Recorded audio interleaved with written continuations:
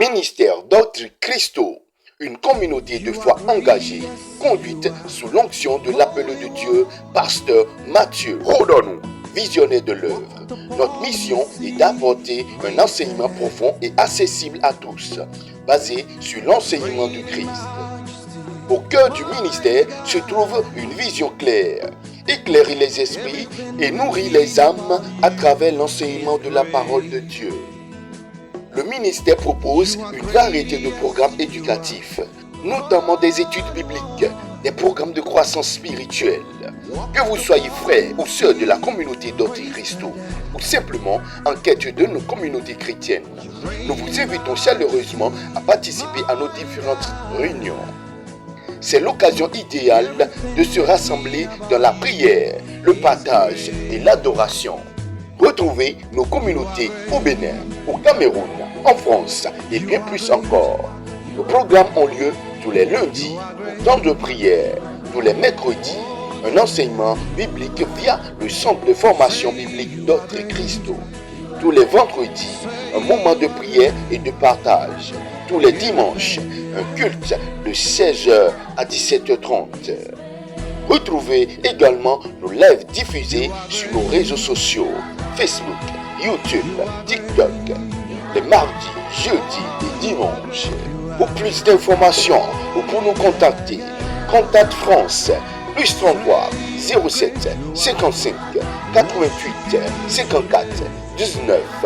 Contact Bénin, plus 229 01 97 68 89 75, plus 229 01 59 10 88 02. Contact Cameroun, plus 237 6 98 76 99 15. Email du ministère d'autrechristo@gmail.com. Rejoignez-nous et vivons ensemble la grâce de Dieu, l'équipe du ministère. Le roi des rois soit béni. Alors, j'intitulerai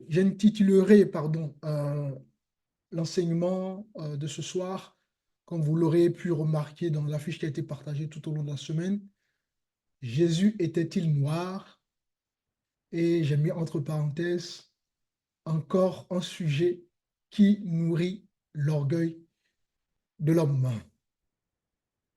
Alors, durant la semaine, je suis tombé sur certains messages sur les réseaux sociaux et il y avait un homme, je vais taire le nom, l'idée c'est pas de parler du monsieur, et il y avait un homme donc qui a abordé le sujet et qui disait que Jésus était noir et qui a pris des versets bibliques, qui a pris des images à l'appui et je trouvais ce type de message en fait extrêmement dangereux. Hein. Dangereux pourquoi? J'aurai certainement l'occasion de vous expliquer pourquoi je trouve ce message extrêmement dangereux. Et je pense que Dieu a vraiment voulu que j'aborde le sujet parce que dans la même semaine, il y a un frère qui m'a laissé un message et qui voulait savoir si Jésus était noir et qui voulait en savoir plus. Et je me suis dit, c'est l'occasion de pouvoir aborder le sujet parce que, en tant que serviteur du Seigneur, j'ai aussi cette responsabilité quand j'entends des messages que j'estime qui ne nous nourrissent pas. J'estime pouvoir apporter ma pierre de contribution. Et donc, je vais aborder ce sujet à la lumière de la parole. Et vous avez tous reçu le Saint-Esprit en vous. Et donc, j'ai foi que l'Esprit vous convaincra par rapport donc, à cet enseignement que je vais, n'est-ce pas, partager avec vous ce soir. Donc, le sujet ou le terme est intitulé Jésus était-il noir? Et dans le message que le monsieur, enfin, dans son message, il a pris des versets comme Apocalypse chapitre 3, chapitre 4, pardon, le verset 3. Ne vous inquiétez pas. Nous prendrons le temps de voir si effectivement ces versets expliquent, est-ce que ces versets expliquent-ils la couleur de peau de Jésus? Il a pris également Apocalypse chapitre 1, le verset 15. Et donc, nous verrons ces différents versets au fur et à mesure que l'enseignement sera déroulé. Donc, en fait, l'idée de cet enseignement ici, ce n'est pas de dire Jésus est noir, Jésus n'est pas noir. D'accord? L'idée, ce n'est pas ça. L'idée, c'est d'attirer votre attention sur les choses qui sont essentielles, les choses qui sont importantes, les choses pour lesquelles le Seigneur nous appelle à grandir. Et lorsque l'on va vouloir chercher si Jésus est noir, est blanc, est jaune, en quoi cela édifierait notre foi? Savoir, connaître si Jésus est noir ou pas, qu'est-ce que cela apporterait dans notre foi?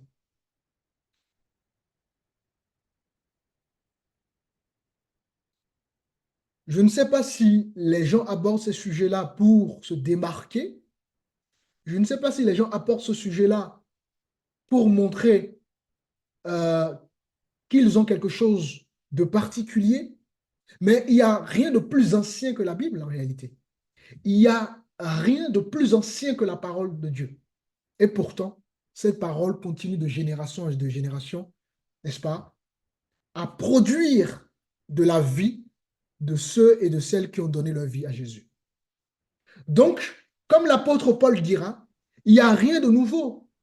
Lorsqu'un ange viendrait du ciel et nous annoncerait un évangile qui n'est pas christocentrique, un évangile qui n'est pas ce que les apôtres ont prêché, qu'est-ce que l'apôtre Paul dira sous l'inspiration divine? Il dira que ce dernier soit anathème. Donc le mot anathème, n'est-ce pas? Ça signifie maudit. Donc, un individu, une personne qui va, parce qu'il veut se faire démarquer, parce qu'il veut créer un peu, comme on appelle dans le monde, le buzz, hein, parce qu'il veut, je ne sais pas, montrer qu'il a la connaissance, etc. Mais qui aura l'audace de prêcher un message qui n'édifie pas, qui aura l'audace de prêcher un message qui ne construit pas, qui aura, qui plus est, l'audace de prêcher un message qui n'est pas théologiquement fondé, ou si vous voulez, qui n'est pas doctrinalement fondé, ben la Bible dit que ce dernier soit anathème. Alors la première question que l'on se pose lorsqu'on veut connaître la couleur de peau de Jésus, c'est est-ce que ça m'édifie? Est-ce que c'est pour connaître la couleur de peau de Jésus que Jésus a été envoyé? Et vous devez savoir que dans l'histoire, par exemple, l'Europe, si on prend le cas de l'Europe, au Moyen Âge, il y avait massivement des chrétiens à cette époque-là. Et il y avait un empereur qui s'appelait Constantin. Hein, il était empereur entre l'an 2000, l'an 280, je crois. Et cet empereur va donner sa vie à Christ. Cet empereur va se convertir dans le christianisme. D'accord? Et c'est ainsi que le christianisme va s'imposer dans la majeure partie de cette période.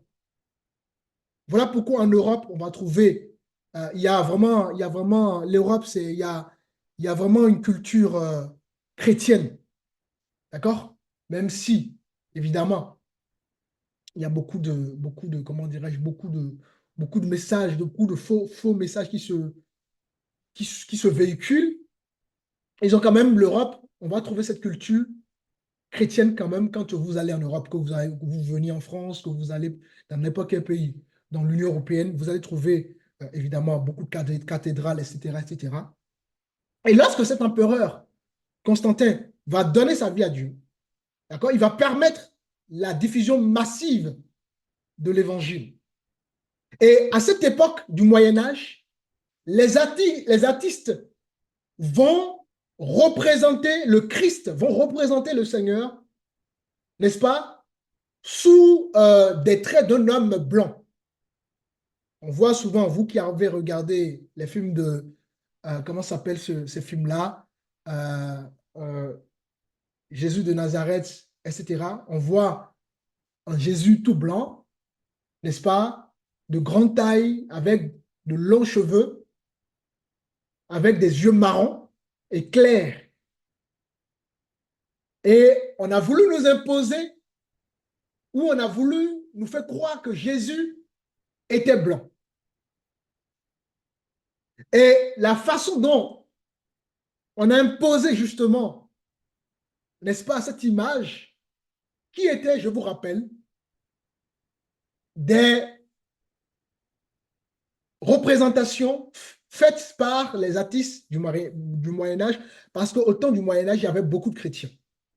Alors, pour imposer que Jésus était blanc, on a donc travaillé la communication. Vous savez que euh, pour faire accepter quelque chose à quelqu'un, vous pouvez passer par l'image, d'accord? Le visuel. Lorsque vous utilisez le visuel, vous pouvez atteindre ou vous pouvez amener quelqu'un à accepter une idée, bien que dès le départ, la personne n'était pas d'accord. Voilà pourquoi nous sommes dans un monde d'industrialisation, hein, où on fait accepter les choses avec des images, avec des films, avec des séries, avec autant de choses. Vous savez, aujourd'hui, c'est vrai que nous voyons le mouvement des papas, des mamans, qui est de plus en plus accepté par la société.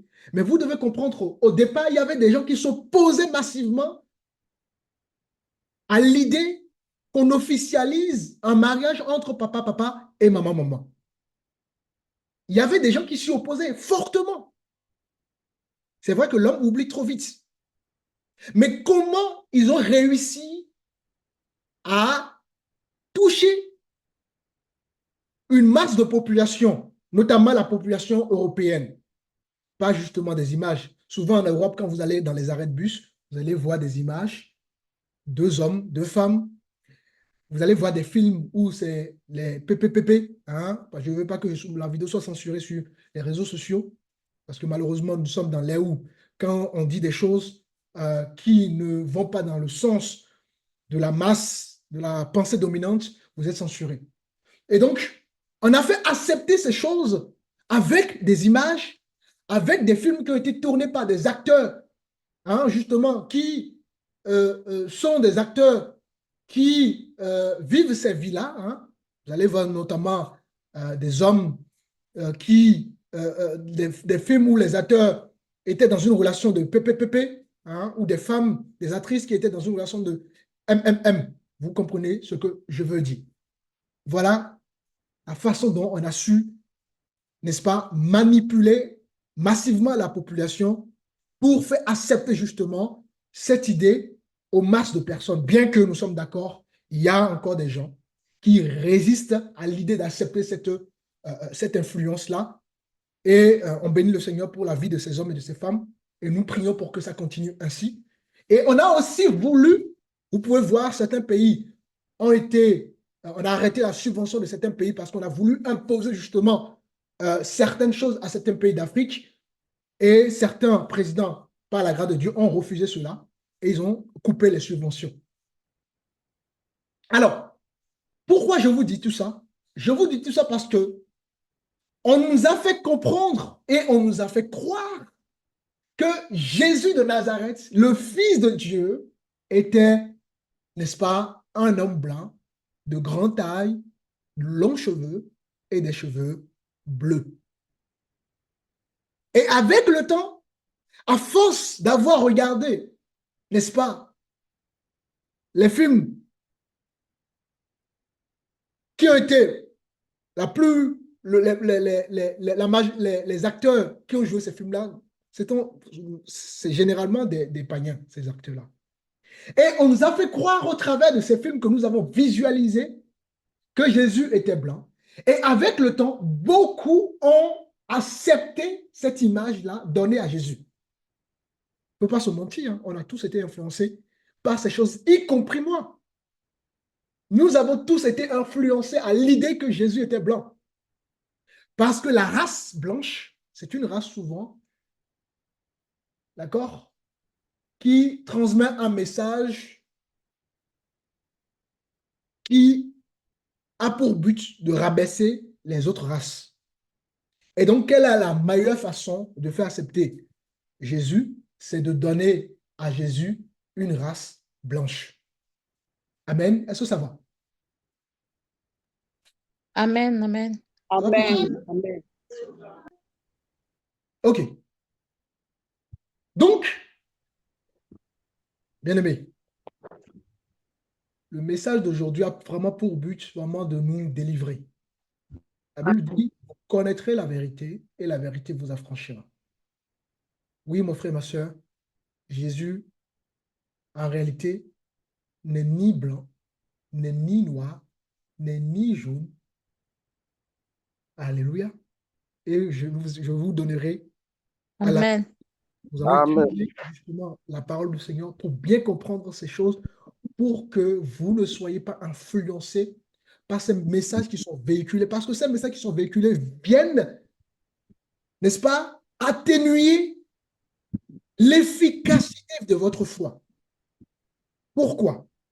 Parce que c'est quoi le but de vouloir connaître si Jésus est blanc ou noir? Si ce n'est d'apporter la division raciale, la division culturelle.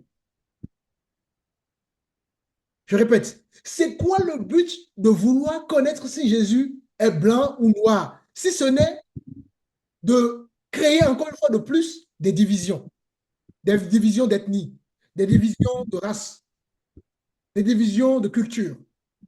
Alors que Jésus a transcendé toutes les races. Alléluia. Amen.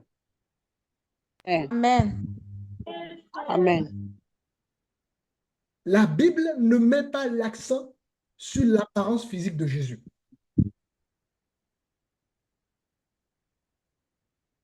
L'apparence physique de Jésus n'était pas essentielle au message de l'Évangile. L'apparence physique de Jésus n'était pas la chose la plus importante. Ce n'est pas l'apparence de Jésus qui va nous sauver. Ce n'est pas l'apparence de Jésus qui donne le salut. Ce n'est pas l'apparence de Jésus, n'est-ce pas, qui va nous révéler qui est Christ. Et donc, la Bible ne met pas l'apparence sur l'apparence physique de Jésus. Parce que ce qui compte pour la Bible, ce qui compte pour Dieu, n'est-ce pas, c'est l'œuvre de Jésus. C'est l'œuvre rédemptrice de Jésus. C'est l'œuvre de la croix. C'est le message qui sauve. C'est ça qui est important.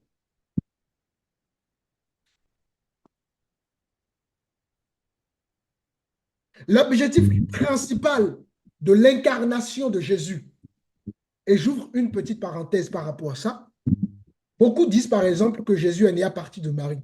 Mais Jésus n'est pas né à partir de Marie. Jésus existait. Vous prenez ne serait-ce que Jean chapitre 1, hein, rapidement, si quelqu'un peut nous faire effectuer la lecture, Jean chapitre 1, le verset 1, c'est une petite parenthèse. Au commencement était la parole, et la parole était avec Dieu, et la parole était Dieu. OK. Donc, au commencement était quoi? Presque premièrement, au commencement était la parole. D'accord? Et cette parole a fait quoi? Cette parole était qui? Cette parole était avec Dieu. Alors, lisez-moi le verset 16. Allez un peu plus en bas et lisez-moi le verset 16 ou le verset 15, quelque chose comme ça. Jean lui a rendu témoignage, Reviens au fait verset écrire, 14, je vois. et la parole a été faite chair, OK? et elle a habité parmi nous. Donc, on nous explique qu'au commencement, depuis Béréchit, d'accord, depuis la Genèse, parce que la Genèse, c'est le commencement de toute chose. Depuis la Genèse, était la parole. Et cette parole était avec Dieu. Ensuite, lorsque vous descendez dans verset 14 du chapitre 1 de Jean, La Bible déclare que cette parole qui était au commencement avec Dieu, elle s'est fait chair. D'accord? Vous verrez justement, j'avais fait un enseignement là-dessus sur la doctrine de la parole, j'ai parlé de ces choses-là. Et donc cette parole s'est fait chair et a habité parmi les hommes. Alors de qui on parle là? De Jésus. De Jésus. La naissance de Jésus par la Vierge Marie, et ensuite, elle n'était plus vierge, elle a eu d'autres enfants, c'est important, je le précise aussi. Mais la naissance miraculeuse de Jésus par la Vierge Marie était l'incarnation de Jésus. Jésus n'était pas né à partir d'eux, parce que Jésus n'a pas de commencement ni fin. Il était déjà avec son Père. Mais sa naissance physique, son incarnation a été faite à partir justement de la Vierge Marie. Alors, l'objectif principal de l'incarnation de Jésus, ce n'était pas de refléter, n'est-ce pas, une appartenance ethnique spécifique. Ce n'était pas de nous dire que Jésus est de race blanche, Jésus est de race noire. Jésus est venu, les amis, tout simplement comme un sauveur pour toute l'humanité. Donc, dès lors que nous allons vouloir chercher à connaître la couleur de peau de Jésus, nous allons créer des divisions raciales, des divisions ethniques, des divisions culturelles. Parce que chacun va dire, oui, Jésus est noir, oui, Jésus est noir, Jésus est avec nous, oui, c'est les Noirs qui ont connu Jésus. Et ça crée des divisions.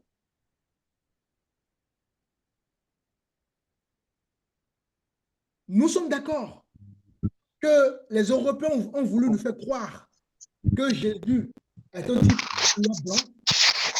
Nous sommes d'accord que le Jésus qu'on nous a présenté dans les séries, etc., c'est un Jésus de couleur blanche.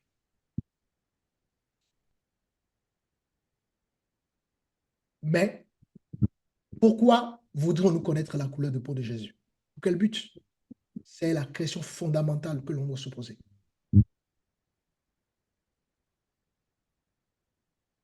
Parce que la mission de Jésus, le message de Jésus, bien aimé, transcende toutes les frontières ethniques. Le message de Jésus transcende la frontière européenne. Le message de Jésus transcende la frontière africaine. Le message de Jésus transcende toutes les frontières. Ça transcende toutes les frontières. Et lorsqu'on cherche à connaître la couleur de peau de Jésus, on va se limiter, n'est-ce pas, à la vision du Seigneur. Qu'est-ce que le Seigneur dira dans Matthieu chapitre 28 là-bas? Allez partout dans le monde, n'est-ce pas? C'est ce que la Bible dit. Allez partout dans le monde, parce que Dieu a un peuple en peu de partout. Alors, vous allez voir ce que la Bible nous dit. Nous sommes dans Ésaïe. Est-ce que la Bible parle de la couleur de peau de Jésus? Nous sommes dans Ésaïe, chapitre 53. Et nous lisons le verset 2. C'est très, très important, hein, le message de ce soir, très, très important. Je demande vraiment votre attention pour bien comprendre le message. Ésaïe 53, partie verset 2. Puis le nom de Jésus-Christ, il s'est élevé devant lui comme une faible plante, comme un rejeton qui sort d'une terre desséchée. Il n'avait ni beauté, ni éclat pour attirer nos regards, et son aspect n'avait rien pour nous plaire. Alléluia. On s'arrête là. On nous dit quoi?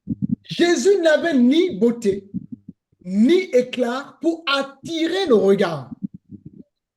Et ensuite, et son aspect n'avait rien pour nous plaire. Vous avez tous la même Bible que moi? Alors, qu'est-ce qu'on comprend au travers de ce verset biblique? Au travers de ce verset biblique, nous comprenons quoi? Nous comprenons tout simplement que l'apparence physique de Jésus n'était pas le point central de l'évangile.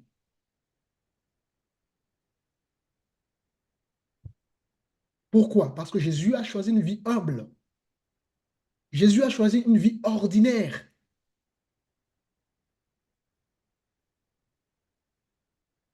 Il n'avait ni beauté, ni éclat pour attirer nos regards.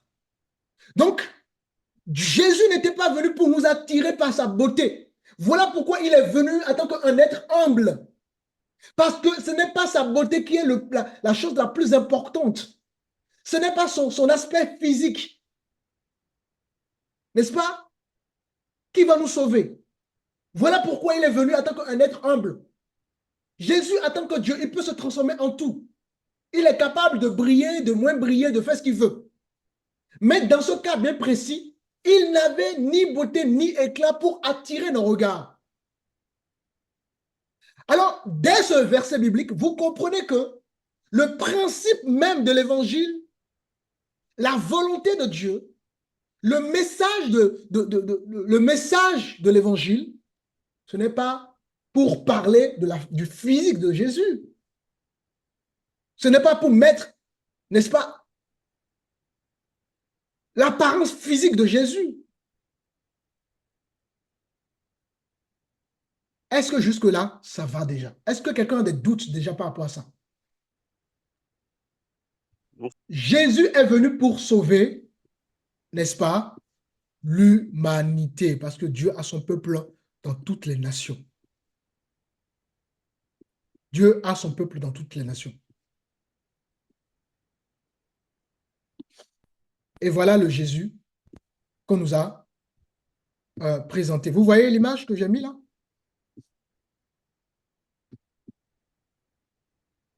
Est-ce que vous voyez? Alors, quand on veut nous faire croire que Jésus est blanc, c'est quoi le message qui est derrière? C'est le message qui va nourrir l'homme, qui va nourrir l'orgueil de l'homme. Oui, nous les blancs, vous savez, nous sommes... voilà, c'est ça le but. Et en voulant nourrir l'orgueil de l'homme, on met de côté le message essentiel.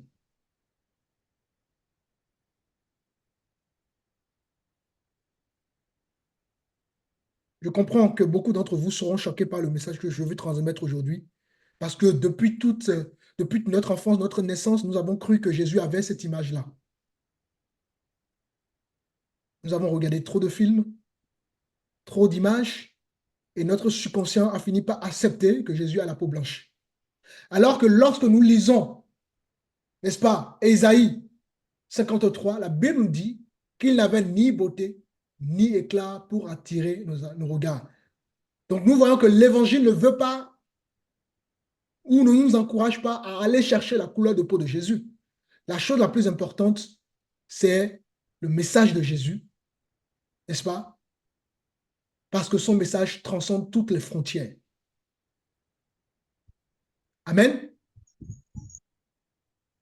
Amen. Amen. Amen. Donc, Amen. Donc, Jésus est venu, vous l'aurez compris, non pas pour qu'on puisse, n'est-ce pas, étudier sur sa couleur de peau, non pas pour qu'on puisse se former sur sa couleur de peau, non pas pour qu'on puisse, n'est-ce pas, chercher des révélations sur sa couleur de peau, mais Jésus est venu pour sauver son peuple. Jésus est venu pour sauver l'humanité indépendamment, n'est-ce pas, des origines ethniques, des origines culturelles, des origines raciales des uns et des autres. Et j'aimerais qu'on puisse prendre Galates chapitre 3. Et le nom de Jésus-Christ, il n'y a plus ni juif ni grec, il n'y a plus ni esclave ni libre, il n'y a plus ni homme ni femme, car tous vous êtes un en Jésus-Christ. Amen. La Bible dit quoi? La Bible dit que tous, nous sommes un en Jésus. Pourquoi? Parce qu'il y a plus de juifs, il y a plus ni juifs, il y a plus ni grec. Le grec, ça nous parle des autres nations, la nation païenne, d'accord? Il n'y a plus ni esclave, ni libre. Il n'y a plus ni homme, ni femme. N'est-ce pas? Car tous, vous êtes un en Jésus. Alors, en voulant utiliser des passages qui ont un sens plutôt prophétique, et nous allons le voir, Apocalypse chapitre 4, verset 3, nous allons le voir, en voulant utiliser des passages, n'est-ce pas, qui sont symboliques, des passages qui révèlent, on va dire, des dimensions spirituelles concernant notre Seigneur Jésus-Christ, qu'est-ce qui va se passer? Certains vont promouvoir des idées erronées sur la race de Jésus. Parce que parler de la couleur de peau de Jésus, c'est promouvoir des idées erronées. C'est promouvoir la race de Jésus. Et lorsqu'on va vouloir promouvoir la race de Jésus, cela crée des divisions. Cela crée des divisions. Regardez dans les pays africains, pourquoi il y a autant de guerres? Parce que généralement, les guerres, c'est des guerres ethniques, des guerres raciales, des guerres de famille, des guerres culturelles. Moi, je suis de tel, moi, je suis de tel, moi, je suis de tel, moi, je suis de tel. Moi, je suis du Congo, moi, je suis du Bénin, moi, je suis de ceci. Est-ce que vous savez qu'à la base, il n'y avait pas Congo, et tout ça? L'Afrique était un. C'est pour ça que quand vous allez au Congo, vous allez trouver des femmes qui ressemblent à des femmes ivoiriennes, des femmes qui ressemblent à des femmes béninoises, des femmes qui ressemblent à des femmes algériennes, des femmes qui ressemblent à des femmes nigériennes. Parce qu'à la base, l'Afrique n'était pas divisée. C'est dangereux de vouloir promouvoir des races.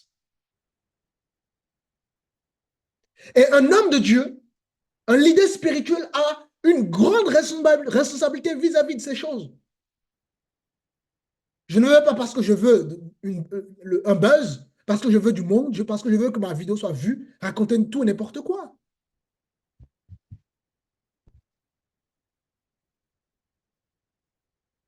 Alors, certains vont pour moi justement cette idée erronée qui est donc de dire que Jésus est noir ou de couleur blanche.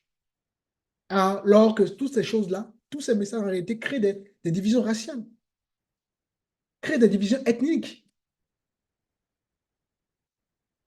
Et lorsque on se positionne à promouvoir, n'est-ce pas, l'apparence physique de Jésus, ben, qu'est-ce que nous faisons?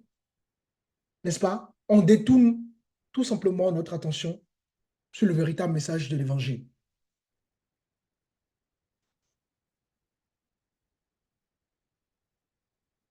Et en tant que chrétiens, en tant que des amoureux, des amoureuses de la parole du Seigneur, nous devons éviter toute forme d'interprétation qui divise.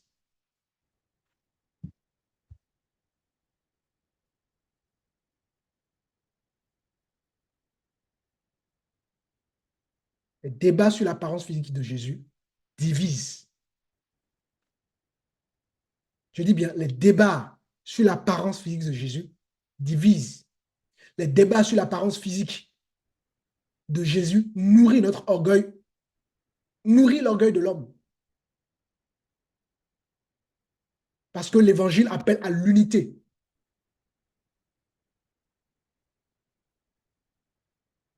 D'accord?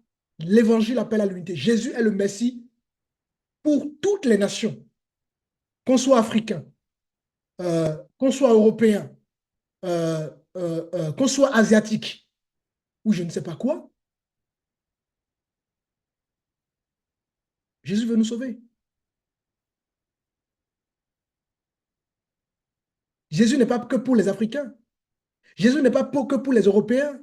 Jésus n'est pas que pour les Asiatiques. Donc, en voulant déterminer la couleur de peau de Jésus, nous créons une division raciale. Voilà pourquoi nos églises sont remplies. Vous allez voir, dans certaines églises, c'est rempli. Vous allez voir que, par exemple, chez moi au Bénin, vous pouvez avoir l'ethnie,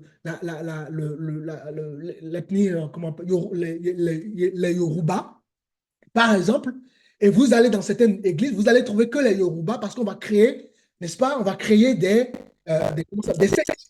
Et il n'y a que les Yoruba Dans l'église de Dieu, il doit avoir les Yoruba, il doit avoir les Fonds, il doit avoir, voilà, toute l'ethnie qu'il y a au Bénin. Et si on prend par exemple le Cameroun, je ne sais pas quels sont il y a comment ça s'appelle? Il y a il y a les Bamileke, il y a les Bassa, il y a je ne sais pas quoi. Et pour créer des divisions, vous allez dans certaines églises, vous allez trouver que les Bamileke. Pour créer des divisions, vous allez trouver que des Bassa. Parce que quand on veut accentuer un message sur la couleur de peau, ben, on va créer des divisions ethniques. On va créer des divisions raciales. Alors que, qu'est-ce que Dieu nous dit? Nous sommes dans 1 Samuel chapitre 16.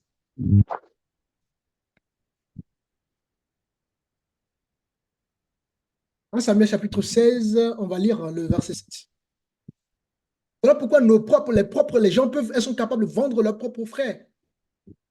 Parce que les messages qui sont orientés vers une culture, vers, n'est-ce pas, une race, ça crée toujours des divisions. 1 Samuel chapitre 16, verset 7. Et l'Éternel dit à Samuel, ne prends point garde à son apparence et à la hauteur de sa taille, car je l'ai rejeté. L'Éternel ne considère pas ce que l'homme considère. L'homme regarde ce qui frappe ses yeux, mais l'Éternel regarde au cœur. Mais, oh my God. Dieu Amen. regarde le cœur et non l'apparence. Dieu s'en fout si tu sois noir. Dieu s'en fout si tu sois, que tu sois noir, blanc, je ne sais pas quelle couleur. Ce qui est important pour Dieu, c'est ton cœur. L'Éternel ne considère pas ce que l'homme considère. Parce que l'homme considère quoi? Ce qui frappe à ses yeux. L'homme considère l'apparence. Voilà pourquoi, n'est-ce pas, Dieu ne peut pas envoyer son fils en accentuant, n'est-ce pas, en orientant son message sur l'apparence physique de son fils, parce que ce n'est pas le message. Ce qui intéresse Dieu, c'est le cœur. Alléluia. Amen. Est-ce que vous comprenez? L'Éternel regarde au cœur, les amis.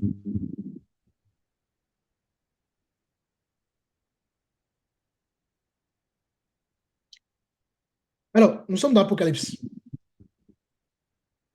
Avant de voir ces différents versets qui parlent, soi-disant, que Jésus est noir, c'est important qu'on comprenne que le chrétien ne doit pas courir après la couleur de peau de Jésus.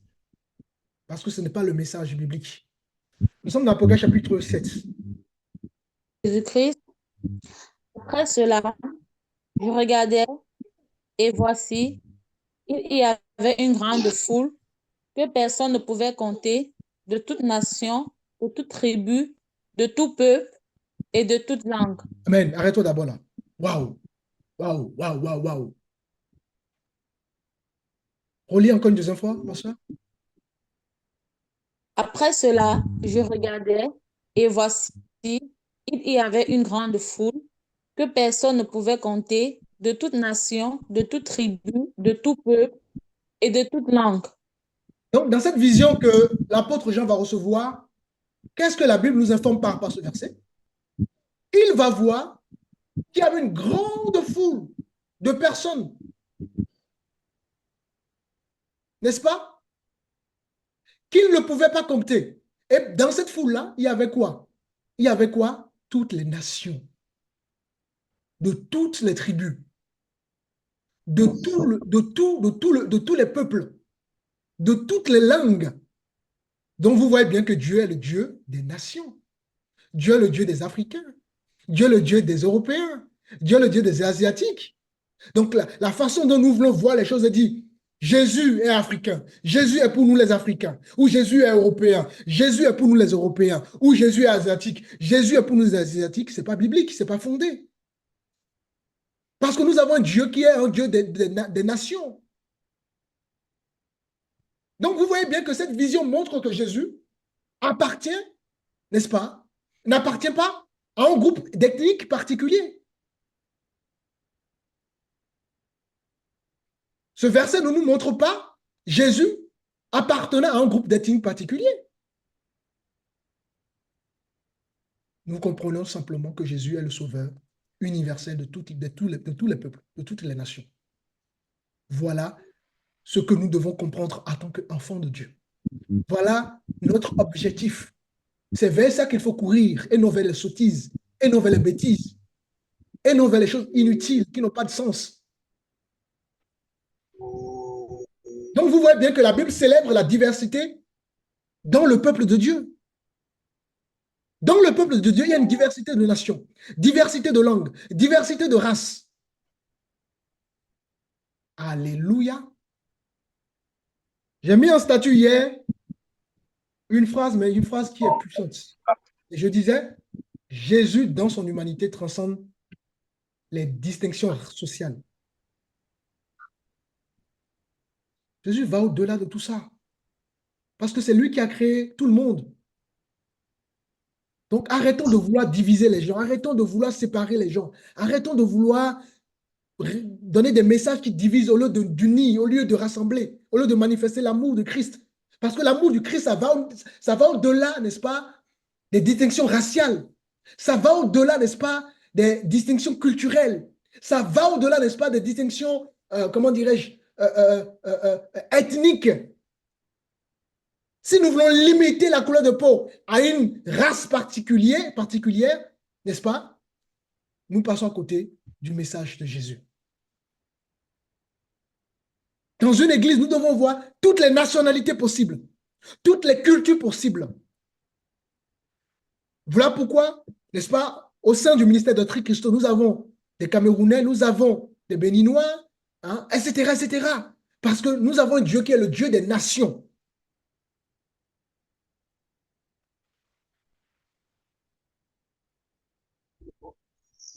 Le salut est en fait à toutes les ethnies et non à une race particulière.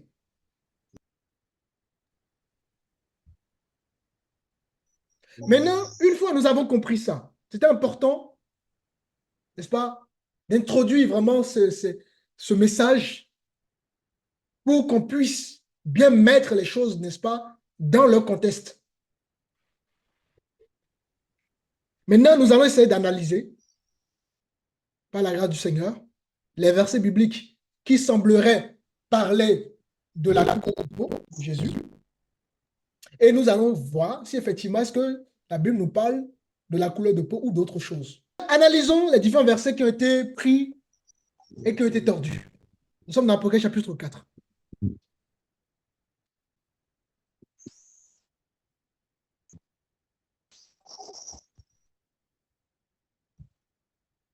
Alors, je vais profiter aussi pour mettre l'image, une image, je vous expliquerai l'image après.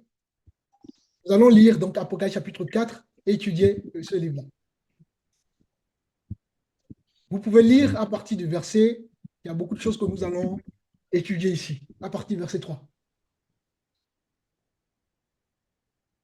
Apocalypse 4, verset 3.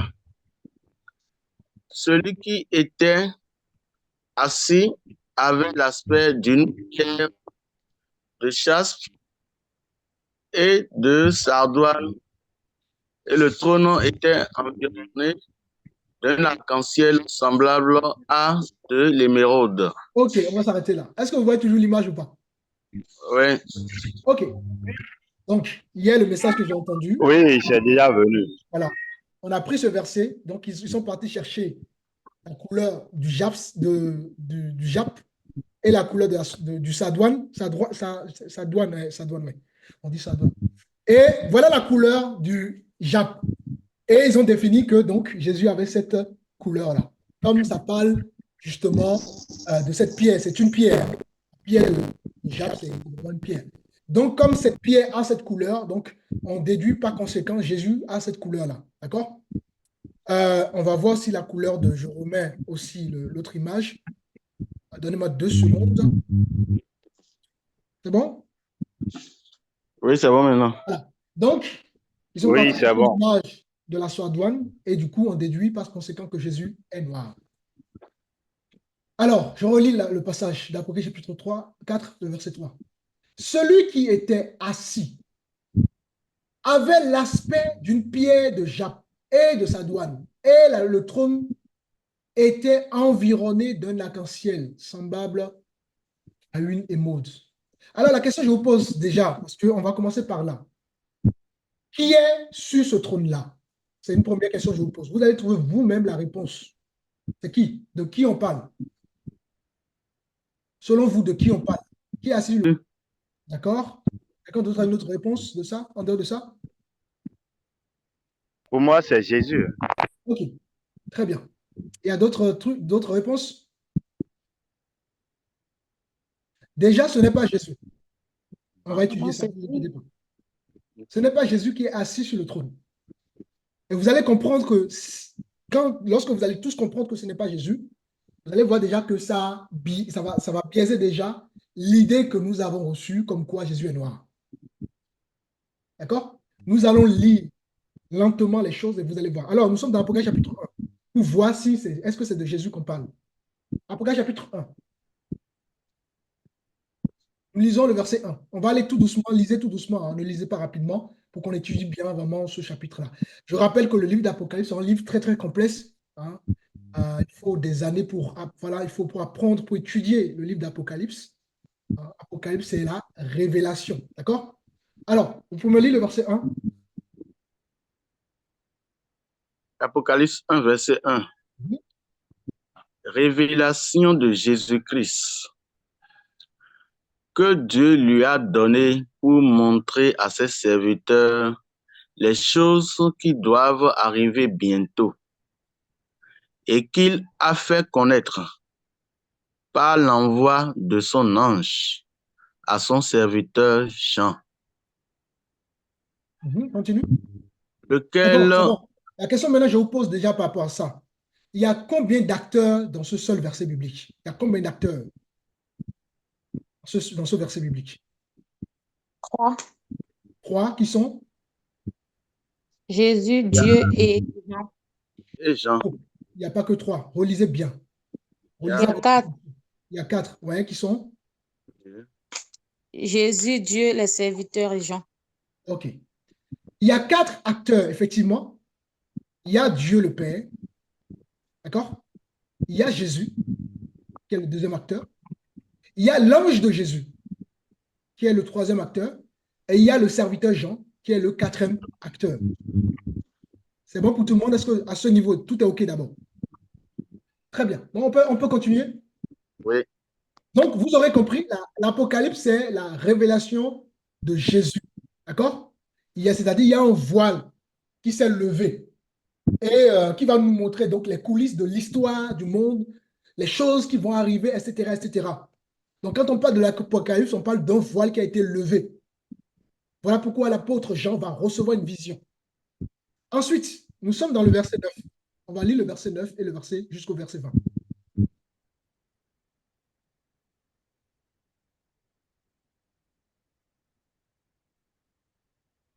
De l'Apocalypse chapitre 1.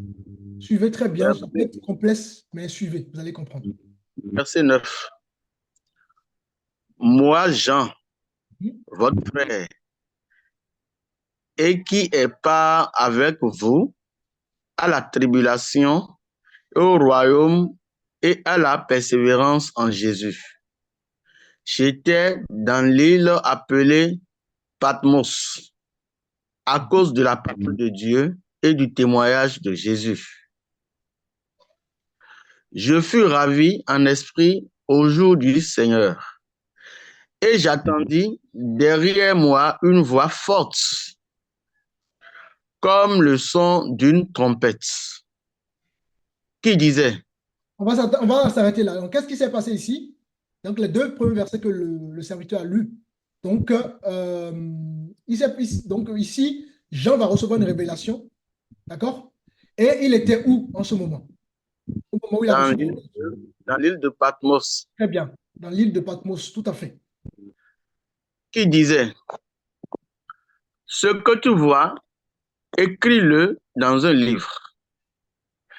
Envoie-le aux 7 églises. À Éphèse, à Snym, à Pergame, à Thyatire, à Sardes, à Philadelphie et à Laodicée. Je me retournai pour connaître quelle était la voix qui me parlait. Mhm. Et après m'être retourné, je vis 7 chandeliers d'or. Mhm. Et au milieu des 7 chandeliers, quelqu'un qui ressemblait à un fils d'homme. Donc, déjà, par rapport à la lecture du frère, on peut déjà voir qui c'est à peu près. Vous avez une idée de qui c'est? Qui est l'homme que Jean a vu? C'est Dieu même en personne, en Non. esprit, ou bien Lisons très bien. Relis encore le l'ange. dernier verset que tu as lu. Mais vous êtes avec nous? Lisons avec Oui. attention. Relisons le dernier verset que le frère a lu. Et au milieu des 7 chandeliers, quelqu'un qui ressemblait à un fils d'homme, On peut continuer la lecture? Continuer la lecture? vêtu d'une longue robe Mhm. et ayant une ceinture d'or sur la poitrine. Mhm. Sa tête et ses cheveux étaient blancs, comme de la laine blanche, Mhm. comme de la neige. Ses yeux étaient comme une flamme de feu. Mhm. Ses pieds étaient semblables à de l'airain Mhm. ardent, comme s'il eût été embrasé dans une fournaise. Mhm. Et sa voix était comme le bruit de grands eaux. Mhm. Il avait dans sa main droite 7 étoiles. Mhm. De sa bouche sortait une épée aiguë Mhm. à 2 tranchants. Et son visage était comme le soleil lorsqu'il brille dans sa force. Mhm. Quand je le vis, je tombai à ses pieds comme mort. Mhm. Il posa sur moi sa main droite en disant, ne crains point. Mhm. Je suis le premier et le dernier Mhm. et le vivant. J'étais mort. Et voici, je suis vivant au siècle des siècles. Amen. Donc, c'est qui il s'agit maintenant, avec toutes les informations que vous avez reçues? Jésus. C'est Jésus. Oui. Est-ce que tout le monde est convaincu par rapport à ça déjà? Oui. Donc, ça, c'est important. Donc, nous avons compris que la description qu'on donne ici dans le chapitre 1, le verset 9, à partir du verset 9, on parle bien de Jésus. Maintenant, rentrons dans la... Allons directement dans Apocalypse chapitre 4. Relisez-moi le... On peut même lire à partir du verset 1er. Rappelez-vous, le verset qu'on a pris tout à l'heure, c'était le verset 3. Mais on va lire à partir du verset 1er.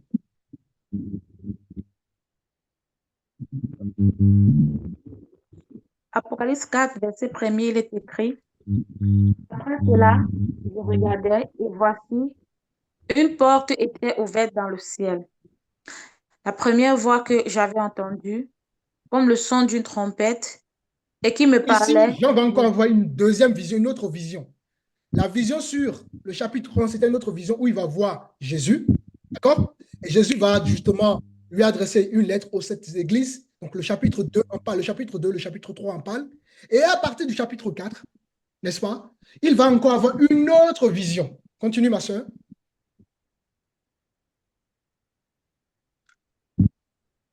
La première voix que j'avais entendue, comme le son d'une trompette, et qui me parlait, dit, monte ici et je te ferai voir ce qui doit arriver dans la suite. Continue. Aussitôt, je fus ravi en esprit, et voici, il y avait un trône dans le ciel, et sur ce trône, quelqu'un était assis. Donc Jean voit le ciel avec son trône. Vous suivez? Et sur ce trône, quelqu'un était assis sur ce trône. Maintenant, ils ont décrit un peu le trône, tout ça, tout ça, tout ça. Peut-être vous aurez le temps de lire en privé tout ça. Maintenant, allons dans le chapitre 5 directement à partir du verset 1. Donc, je rappelle, c'est la même vision qui continue au chapitre 5. Hein. Rappelez-vous, avant, la Bible n'avait pas de versets. D'accord? Les chapitres et les versets ont pour but de nous aider à bien comprendre les choses. Mais en réalité, c'est le même récit qui continue dans le chapitre suivant. Chapitre 5 continue. Puis, Je vis dans la main droite et celui qui était assis sur le trône. Donc, il voit, dans le chapitre 4, il va voir quelqu'un qui est assis. D'accord? Ensuite, tout ce qui était autour de cette personne. Et à partir du chapitre 5, il va décrire quelque chose qui était entre la main de celui qui est assis. Continue.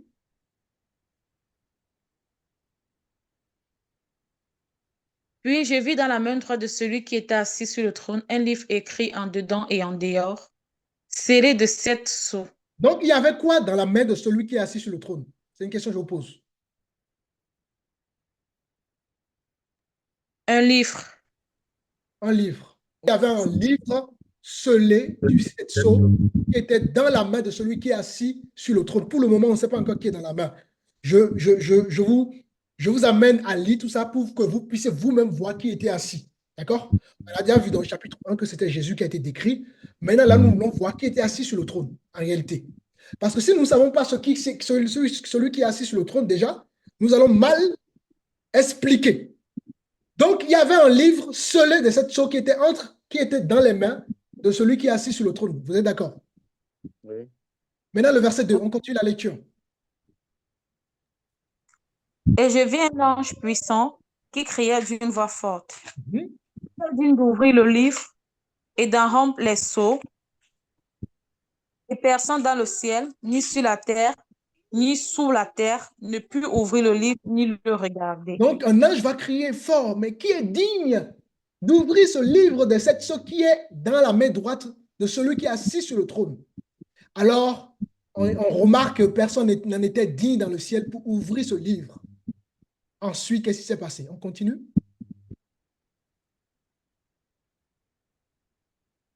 Et je pleurais beaucoup de ce que personne ne fut trouvé digne d'ouvrir le livre ni de le regarder. Alors, c'est qui a pleuré ici? Et Jean, Oui, c'est Jean, tout à fait. Jean, C'est Jean qui est en train de recevoir une vision. Ensuite, on continue. C'est une très bonne réponse, le verset 5. et l'un des vieillards me dit, ne pleure point. Voici le lion de la tribu de Juda, le rejeton de David. Alors, Avec de qui le vieillard est en train de parler ici d'abord, avant qu'on continue? de Jésus. De Jésus, très très bien. On continue. alors. Jésus. On continue. Le lion de la tribu de Juda, le rejeton de David, a vaincu pour ouvrir le livre et ses 7 sceaux. Et je vis au milieu du trône et des On s'arrête 4 là. êtres. À votre avis, comment Jésus est à la fois assis sur le trône avec un livre dans la main droite et en même temps, c'est lui qui va ouvrir le livre? Il y a un problème. Ça, c'est une point d'interrogation. On continue. Et je vis au milieu du trône et des 4 êtres vivants, et au milieu des vieillards, un agneau qui était là, comme immolé. Il a 7 cornes et 7 yeux, qui sont les 7 esprits de Dieu envoyés par toute la terre. Il vint et il prit le livre de la main droite et celui qui était assis sur le trône. Quand il eut pris le livre, les 4 êtres Donc, qu'est-ce qui vivants. s'est passé? La Bible dit il vient. Donc, nous voyons très bien que Jésus n'était pas assis sur le trône. Est-ce que vous êtes tous d'accord déjà? Ouais. Il vient et il va maintenant prendre le livre entre la main de celui qui est assis sur le trône. Ça, c'est important. On continue. Quand il eut pris le livre, les 4 êtres vivants et les 24 vieillards se prosternèrent devant l'agneau, tenant chacun Devant l'agneau. On confirme une encore que harpe, c'était Jésus. On continue. tenant chacun une harpe et des coupes d'or remplies de parfums, qui sont les prières des saints. OK, on va aller directement au chapitre 6 ensuite, chapitre suivant. Là, on va ouvrir donc les six premiers sceaux à partir du chapitre 6. Vous me dites le verset 1. Je regardais. regardais, D'accord, vas-y. Vas-y, je seul. regardais quand l'agneau ouvrit un des 7 sceaux, et j'entendis l'un des 4 êtres vivants qui disait comme d'une voix de tonnerre, viens. Je regardai, et voici parut un cheval blanc. Celui qui le montait avec un arc, une couronne lui fut donnée, et il partit en vainqueur et pour vaincre. Ok, c'est bon. Maintenant, je vous repose la question. Qui est assis sur le trône? Après toutes ces explications, qui est assis sur ce trône? Dieu le Père même. Alléluia. Dieu le Père. Amen. Alléluia. Oui. Est-ce que c'est Amen. clair pour tout le monde? Jésus a été décrit dans le chapitre 1. Ensuite, dans le chapitre 4, on a décrit quelqu'un sur le trône. Mais cette fois-ci, c'était un autre acteur qui est rentré en jeu, comme on a vu sur le chapitre 1, le verset 1. Ce n'est plus Jésus, mais c'est Dieu qui est entré, n'est-ce pas, en action. Hein, c'est une façon de parler. Là, le troisième acteur ici, ça va être Dieu. Et vous allez remarquer quelque chose. Le chapitre 4, le chapitre 5, le chapitre 6, c'est une même vision. Vous suivez? Le chapitre 4, le chapitre 5 et le chapitre 6, c'est une même vision. Alors, il y avait donc un livre scellé de cette sceaux qui était dans la main droite du Père qui est assis sur le trône, et personne n'en était digne pour ouvrir les sept sceaux. Et celui qui était digne finalement pour ouvrir les sept sceaux, c'était l'agneau, c'était Jésus. Donc, la personne qui est assise sur le trône de Dieu, sur le trône, pardon, c'était Dieu, Dieu le Père. Amen. Est-ce que c'est clair? Tout est bon? Amen. Amen. Voilà. Maintenant, revenons maintenant à notre mouton. Nous revenons dans chapitre 4, le verset 3. Une fois que cette partie a été bien comprise, Celui qui était assis avait l'aspect d'une pierre de chaps et de sardoine, et le trône était environné d'un arc-en-ciel semblable à de l'émeraude. ok. Alors, donc ici, on nous dit que celui qui est assis sur ce trône-là et celui qui était assis avait l'aspect. Donc, on nous dit que celui qui est assis, déjà, ce n'est pas Jésus, pour qu'on puisse dire que Jésus a telle couleur, déjà. Donc, ça fausse complètement l'idée d'imaginer que Jésus avait cette couleur. D'ailleurs, on va mieux le comprendre. Et celui qui était assis avait l'aspect d'une pierre de jappe et de sardoine. Je vous ai montré l'image. Et beaucoup disent, comme c'est l'aspect, ça nous parle de l'apparence physique de Jésus. Non, c'est faux. L'Apocalypse chapitre 4, le verset 3, ne décrit pas spécifiquement la couleur de peau. Pourquoi? La Bible utilise le terme jappe, le terme sardoine, selon l'image que je vous ai montrée, pour évoquer, n'est-ce pas, comment dirais-je, une dimension spirituelle. D'accord? La pierre de jappe et la sardoine n'évoquent pas une couleur physique, mais une couleur c'est une couleur éclatante en fait, c'est une couleur précieuse.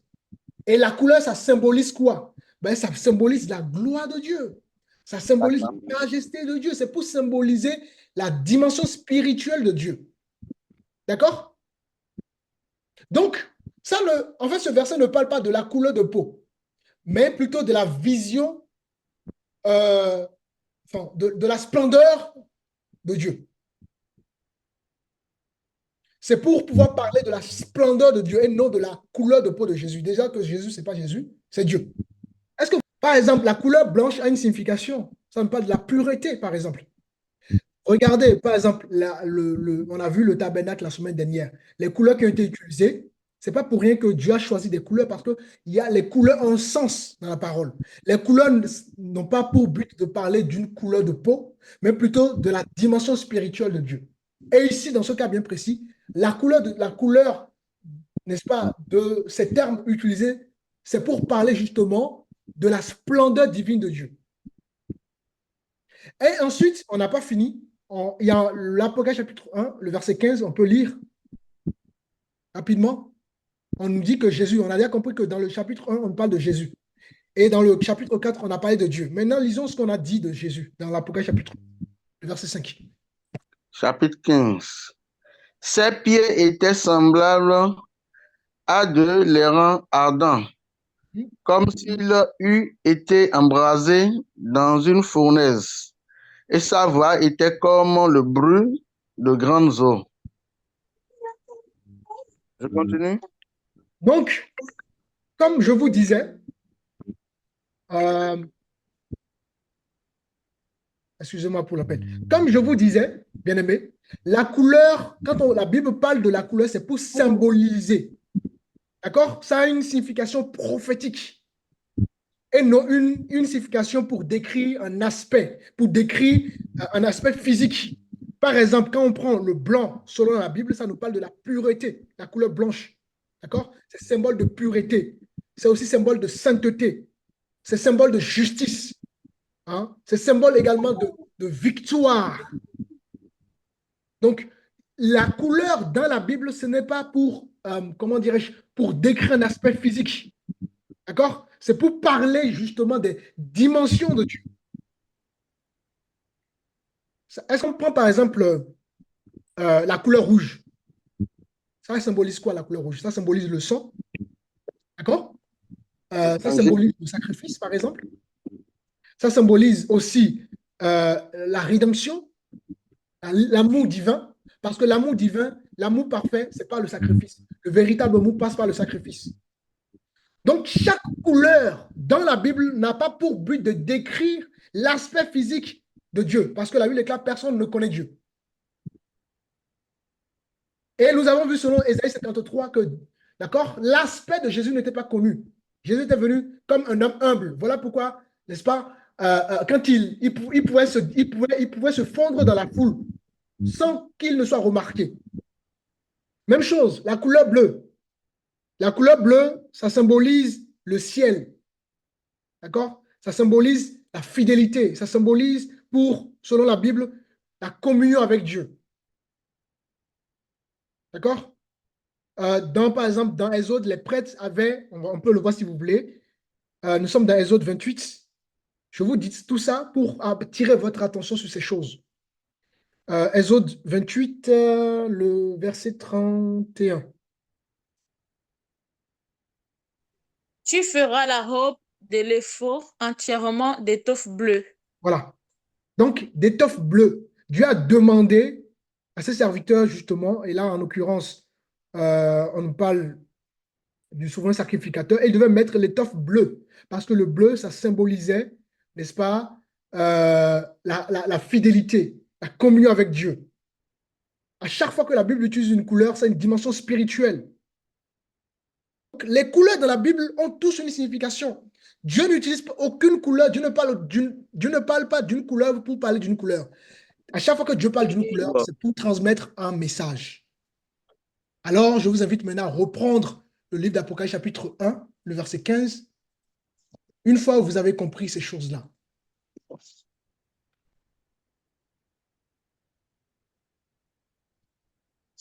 Apocalypse chapitre 1, le verset 15.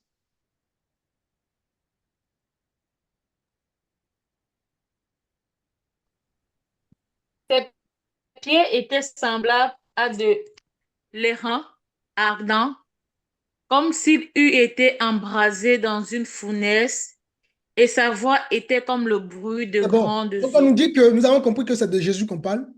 Et on nous dit que les pieds ici de Jésus étaient comme de l'airain ardent. Est-ce que c'est d'une couleur physique qu'on nous parle? Non. L'airain ardent, n'est-ce pas, symbolise la pureté dans la parole du Seigneur. Ça symbolise la force ou le jugement de Dieu. Donc, ces couleurs qui ont été données, notamment, on a vu selon Apocalypse chapitre 4, ces thèmes qui ont été donnés n'ont pas pour but de décrire une couleur physique, mais des dimensions spirituelles de Dieu. D'accord? Ce n'est pas une indication littérale de la couleur de peau. C'est un langage prophétique. C'est un langage biblique. Et généralement, ces thèmes ont pour but de décrire la gloire, la puissance de Dieu. Et là, comme c'est de Jésus qu'on parle, on est en train de décrire la gloire et la puissance de Jésus. De la même manière que l'Apocalypse chapitre 4 parle de Dieu, on était en train de décrire la gloire et la puissance de Dieu. et non, n'est-ce pas, une indication littéraire de la couleur de peau. Est-ce que ça va? Oui. Ces différents versets, selon Apocalypse chapitre 1, le verset 15, Apocalypse chapitre 4, le verset 3, n'ont pas pour but ou n'ont pas pour objectif de décrire la couleur de peau de Jésus. D'accord? La Bible utilise ce langage symbolique pour révéler tout simplement des vérités spirituelles, n'est-ce pas, sur l'autorité de Jésus, notamment Apocalypse chapitre 1, le verset 15, sur la gloire de Jésus, sur le rôle de Jésus, etc. Et même chose pour Apocalypse chapitre 4. La Bible utilise ces termes pour, d'accord, la pierre de Jappe et le sardoine pour justement décrire, n'est-ce pas, une vérité spirituelle sur l'autorité de Dieu. Donc, vous aurez compris, l'objectif de ces tests-là, n'est-ce pas, ce n'est pas pour attirer notre attention sur l'aspect de Dieu ou l'aspect physique de Jésus. L'objectif de ces tests, c'est pour simplement nous enseigner sur la majesté divine, n'est-ce pas, voilà, sur la grandeur de Dieu, sur la gloire de Dieu, hein, parce qu'on a compris que les couleurs ont, n'est-ce pas, un enseignement, un peu comme les chiffres, le chiffre 3, le chiffre 7, le chiffre 10, le chiffre 12, toutes ces choses-là ont un enseignement. Et non, voilà, voilà, le but de ces versets bibliques, ce n'est pas de vouloir chercher quelles sont les caractéristiques physiques humaines de Jésus ou quoi que ce soit. Maintenant, revenons à la question, à savoir, est-ce que Jésus est noir? Je vous laisse le soin de répondre. Jésus On est-il répond? noir? Oui, vous répondez oui. Non, Non. Jésus n'a pas de couleur. Voilà, Jésus n'a pas de couleur. Et pourquoi Oui. il n'a pas de couleur? Oui, Jésus n'a pas de couleur parce qu'il a une dimension divine. Voilà, il y a une dimension Il divine. est, oui, il est dans l'universalité. Exactement, oui. Oui. Et le message principal n'a pas pour but d'aller chercher la couleur de peau parce que quand on veut rester sur la couleur de peau de Jésus, ben on va être divisé. Or, Jésus n'est pas venu pour diviser, mais pour unir son peuple. D'accord? On serait ethnocentrique ou bien Voilà, c'est même racicentrique. juste ce mot-là, ethnocentrique. Le but du message du Seigneur, ce n'est pas de dire que, voilà, Jésus, non, Jésus, à la fois, il veut sauver des Judéens, il veut sauver des Africains, il veut sauver voilà, les hommes et les femmes de l'Asie, il veut sauver voilà, toutes les races. D'accord? Il y a une diversité ethnique dans le royaume de Dieu, voilà, parmi le peuple de Dieu. Alors, Jésus est-il noir? Non. Et d'ailleurs, nous n'avons pas besoin de savoir si Jésus est noir parce que ce n'est pas le but du message, n'est-ce pas? Ce qui sauve, c'est le message de Jésus et non sa couleur de peau. Donc, pour conclure, je dirais, bien aimés, concentrons-nous au message de Jésus et non à la peau de Jésus. Concentrons-nous à ce qui est important et non à ce qui divise. D'accord? N'allons pas dans les messages sous prétexte de faire du buzz. Il n'y a pas de buzz dans les choses de Dieu. Nous sommes responsables de ce que nous disons. Aujourd'hui, nous sommes dans une génération où tout le monde veut dire quelque chose. Non, quand on ne connaît pas, on se tait. Même la Bible parfois est muette par rapport à certains sujets. Et nous devons aussi apprendre à être muets. Il ne faut pas aller chercher des révélations qui n'existent pas. Quand les gens nous posent des questions et dont la Bible n'a pas été explicite par rapport à ça, il faut être capable de dire non, on n'a pas une réponse à ça. Hein, nous sommes, la Bible, les cas que nous connaissons, on peut prendre si vous voulez. Hein, on va en reprendre. J'aime bien qu'on prenne des versets bibliques pour un Corinthiens. Et 1 Corinthiens 13, le verset 9.